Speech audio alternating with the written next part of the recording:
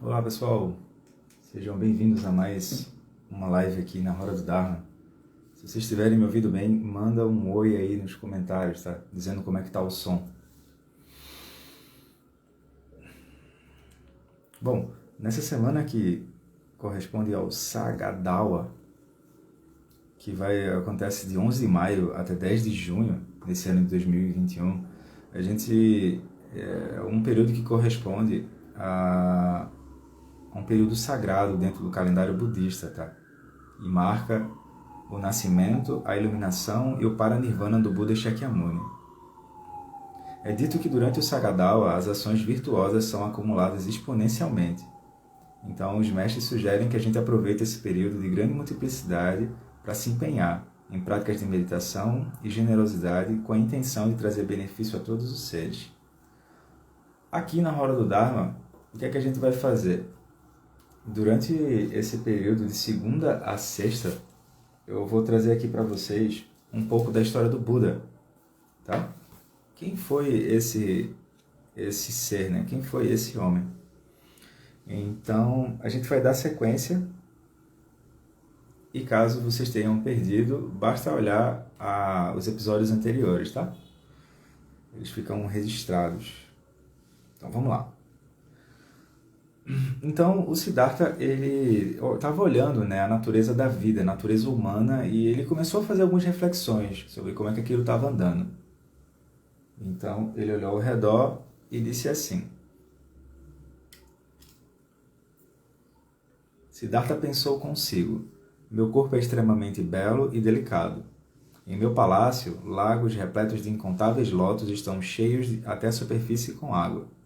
Flores, em uma multiplicidade de cores, azul, vermelho e branco, desabrocham em toda a sua glória. Se o perfume não provém da árvore candana, que cresce no país de Kasi, eu não aceito passá-la em meu corpo. Também visto roupas de baixo de seda, que tocam a minha pele, e indumentárias e chapéus superiores e inferiores de seda, todos do país de Kasi. Noite e dia, um dócil branco sobre minha cabeça me abriga dos desconfortos do calor e do frio, e me protege da poeira, da grama, do orvalho e assim por diante. Além disso, eu possuo 3 palácios. Durante os 4 meses das estações das chuvas, eu me retiro no Palácio da Chuva, e rodeado por lindas donzelas, nunca saio do palácio, tomado pelos prazeres da música, da dança e do vinho. Os servos de outras casas recebem para a refeição arroz com casca ou um mingau azedo, mas na minha casa, mesmo os servos comem arroz branco e limpo. Eu vivo em meio a tamanha opulência, abençoado com um corpo esplêndido. Entretanto, de que me serve isso quando eu procuro despertar? Os seres do mundo irão definitivamente envelhecer. Eles são recipientes que adoecerão. Eles são seres que irão, pela sua própria natureza, fenecer e morrer. Porém, vendo os velhos, os doentes e os mortos, eles os olham com desgosto. Eu não devo me comportar assim. Vendo os velhos, os doentes e os mortos, eles me olham com desgosto, perdão. Então, nesse instante, eu abandonarei o orgulho da juventude, da saúde e da vida. Então, o Buda estava refletindo sobre essa questão, né? Das regalias que ele tinha. Enquanto sua mente encontrava em profunda batalha, o seu pai, o rei, relembrando as palavras do sábio, a Sita, que tinha feito uma profecia sobre o príncipe, ficou profundamente preocupado, que ele pudesse deixar o lar para buscar o caminho. Um dia, ele ouviu que o príncipe planejava deixar o castelo e visitar a floresta, e ordenou a todos os seus atendentes que removessem todas as coisas feias e nocivas de sua visão. Ele ordenou aos atendentes para limparem as estradas, decorarem a cidade e varrerem e limparem o jardim. O príncipe, acompanhado por seus atendentes, partiu em uma carruagem através do portão leste. Na estrada, ele se deparou com um homem que se arrastava com dificuldade. O homem parecia ser corcunda. Seu cabelo era branco, seu corpo estava enfraquecido e ele se apoiava em um cajado. Quando o príncipe perguntou ao condutor da carruagem que tipo de homem era aquele, o condutor respondeu: um homem velho. O príncipe disse: Eu também me tornarei como aquele homem velho? E o condutor respondeu: Todos os seres vivos, nobres ou não têm como escapar desse destino. O príncipe ficou angustiado, e seu plano de visitar o jardim desapareceu, e ele imediatamente ordenou que a carruagem retornasse ao palácio. Na segunda vez, o príncipe deixou a cidade através do portão sul, e ele encontrou um homem que era apenas ossos. Ele se contorcia em dor no meio de um monte de lixo e arfava. Gotas de suor escorriam por sua pele amarelada. O príncipe então perguntou: Algum dia eu ficarei doente, como aquele homem? O condutor então respondeu: Ninguém é capaz de escapar a esse sofrimento. Novamente, o príncipe ordenou que a carruagem retornasse ao palácio. O rei Suddhodana ouviu o que estava acontecendo e ficou cada vez mais incomodado. Com severidade ainda maior, ele ordenou que seus atendentes limpassem todos os cantos da casa. Mas, quando o príncipe deixou a cidade pelo portão oeste, ele topou com uma procissão de pessoas entristecidas. Em luto, eles carregavam um homem morto em uma maca. O príncipe observou e perguntou: Ai de mim, no final, eu também serei como esse homem? O condutor então respondeu: Todas as coisas vivas devem morrer, inevitavelmente.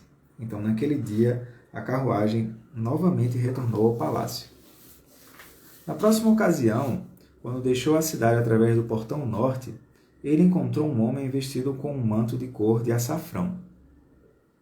Caminhando com grande dignidade, seu cabelo e sua barba tinham sido raspados, e ele carregava uma tigela de mendicante em mãos. Quando o príncipe perguntou ao condutor: Que espécie de homem é aquele? O condutor então respondeu: Um mendicante que busca o caminho. O príncipe desceu da carruagem e curvou-se para o homem. E perguntou: Que tipos de benefícios recebe um mendicante? O homem respondeu: Observando a transitoriedade desse mundo, a doença, a velhice e a morte, eu busco alcançar a liberação. E ao abandonar todos os meus parentes, eu pratico agora o caminho em locais tranquilos. Guiado pelo Dharma verdadeiro, eu restringo meus 5 órgãos sensoriais. E com grande compaixão, eu protejo todas as pessoas sem me deixar macular pelas negatividades desse mundo. Esses são os benefícios de ser um mendicante. Ao ouvir essas palavras, o príncipe Siddhartha tomou uma forte decisão e pensou consigo: Não há nada nesse mundo que supere isso. Eu também devo abandonar o meu lar e estudar o caminho. Então ele se curvou com reverência ao mendicante. Entrou na carruagem, embrenhou-se na floresta e passou o restante do dia em uma variedade de atividades lúdicas. À medida que o crepúsculo se aproximava, ele se banhou em um lago escondido na floresta. Então, mandou seus atendentes apanharem suas roupas mais finas para ele vestir. Em meio às exclamações de encantos das donzelas da corte, ele subiu à carruagem. Naquele momento, um mensageiro enviado pelo rei trouxe a notícia do nascimento de um príncipe.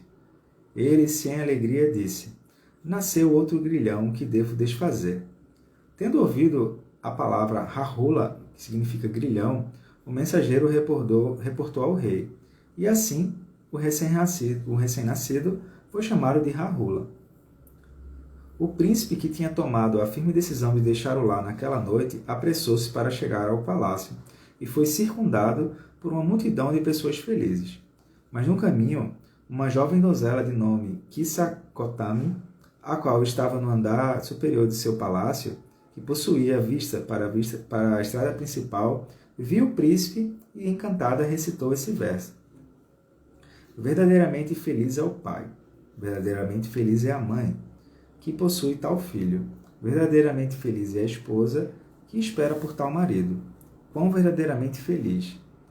A mente do príncipe Siddhartha não se perturbou com tais versos agradáveis e apaixonados, mas com a palavra feliz, Nibbutta. Feliz significa Nibbutta, aqui, tá? Parece-se com a palavra Nirvana, que ele se lembrou da segunda. Grato por sua bênção inesperada, ele tirou um colar de pérolas e presenteou a jovem donzela. Então, apressando seu condutor, ele retornou ao palácio. Vamos lá, vamos seguir a história do Buda, né? Para descansar a fadiga do passeio daquele dia, o príncipe deitou em sua cama adornada por joias. Um grupo de belas cortesãs tentou confortar o príncipe cantando e dançando ao som da música. A qualidade belíssima de sua performance e a graciosidade de suas formas faziam lembrar as donzelas celestiais. Mas até mesmo sua habilidosa dança não foi capaz de afetar a mente do sereno príncipe, que rapidamente caiu em um sono profundo. As cortesãs perceberam e perderam seu entusiasmo pela dança e pelo canto, e elas pararam a música e também foram dormir. Apenas a chama perfumada tremulava brincando a noite silenciosa. O príncipe acordou repentinamente de seu sono, sentou na cama e analisou a cena que o circundava. A noite estava calma, o palácio era belo, e a luz dos incensos emitia uma fragrância agradável. Mas, quão repugnantes pareciam as dançarinas! Saliva escorria de suas bocas, elas rangiam os dentes e murmuravam durante o sono. Suas roupas e corpos estavam desalinhados e elas estavam esquecidas de suas posições como mulheres. Em grupos de 2 ou 3, elas se encontravam em sono profundo. Esse é aquele famoso fim de festa, né, gente? Na verdade, o palácio que brilhara durante a tarde havia se tornado um cemitério. O príncipe ficou arrepiado de desgosto e levantou-se. Em seu coração ele clamava: todas as coisas são como essa cena. Não posso tolerar isso. Então ele decidiu fugir do palácio imediatamente. Deixou seu quarto silenciosamente e se dirigiu ao portão do palácio. Ele chamou seu condutor, Shana, o nome do condutor, e ordenou que ele selasse o seu cavalo. Então, retornou mais uma vez aos aposentos da princesa e abriu a porta com cuidado. No quarto, lamparinas perfumadas lançavam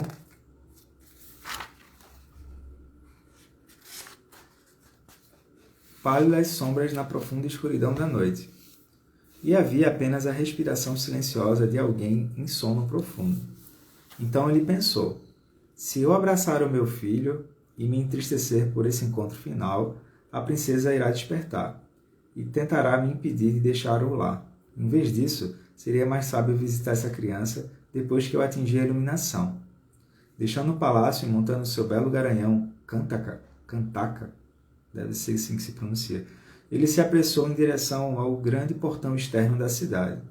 Como precaução para o caso de o príncipe deixá-lo lá, o rei havia posicionado um grande número de guardas no portão, que tinha a ordem de pará-lo, né? Além disso, os 2 portões de ferro que foram construídos de tal forma que mesmo a força de 1000 homens poderia abri-los apenas com dificuldade. Mas, talvez, devido à ajuda de alguns seres divinos, os guardas haviam misteriosamente adormecido, e mesmo aqueles grandes portões de ferro se abriram silenciosamente. O garanhão branco Kantaka correu através do portão como uma rajada de vento. Era a meia-noite do dia da lua cheia do 4º mês. Naquele momento, Mara apareceu no céu e gritou: ó príncipe, abandona a tua intenção tola de deixar-o lá e retorna ao teu palácio, cheio de flores. Se assim o fizeres, em 7 dias irá se tornar um rei universal, que reinará nas 4 direções. O príncipe então respondeu: ó rei Mara, vai para longe, demônio do mal, desaparece daqui. Vá de retro, né? Tipo isso. Ser soberano nesse mundo não é o meu objetivo. Minha única aspiração é encontrar o caminho. Quando o príncipe o rejeitou com aquelas palavras, Mara silenciosamente retirou desanimada e pensou: mais cedo ou mais tarde, o pássaro do ódio construirá um dia um ninho no coração do príncipe. Nesse momento, eu vou aproveitar a minha chance. Naquele dia em diante, como a sombra que segue o seu corpo, ele não saiu do lado do príncipe e fez o seu melhor para obstruir o caminho dele para a iluminação. O príncipe, que havia deixado o palácio de forma resoluta, sentiu vontade de olhar uma última vez para a sua cidade, que estava gradualmente desaparecendo à distância. Porém, ele repreendeu a si mesmo e apertou o passo. Devido à ferocidade da batalha em sua mente, a grande terra girou misteriosamente como a roda de um ceramista, e a cidade diante dele desapareceu. Mas, com a determinação renovada, ele continuou galopando. Após galopar por 7 milhas, chegou às margens do rio Anoma ao amanhecer, continuando apressadamente voo sobre o rio com um único salto. Ele se abaixou até a areia que começava a brilhar, cintilante sob o sol da manhã. O príncipe tirou suas roupas e deu-as a Shana, dizendo: Ó Shana, algumas pessoas servem com suas mentes, mas não com seus corpos, enquanto outros servem com seus corpos, mas não com suas mentes. Você me serviu com seu corpo e com sua mente. As pessoas brigam para servir aqueles que são importantes e abastados, mas se afastam daqueles que são pobres e de nascimento inferior.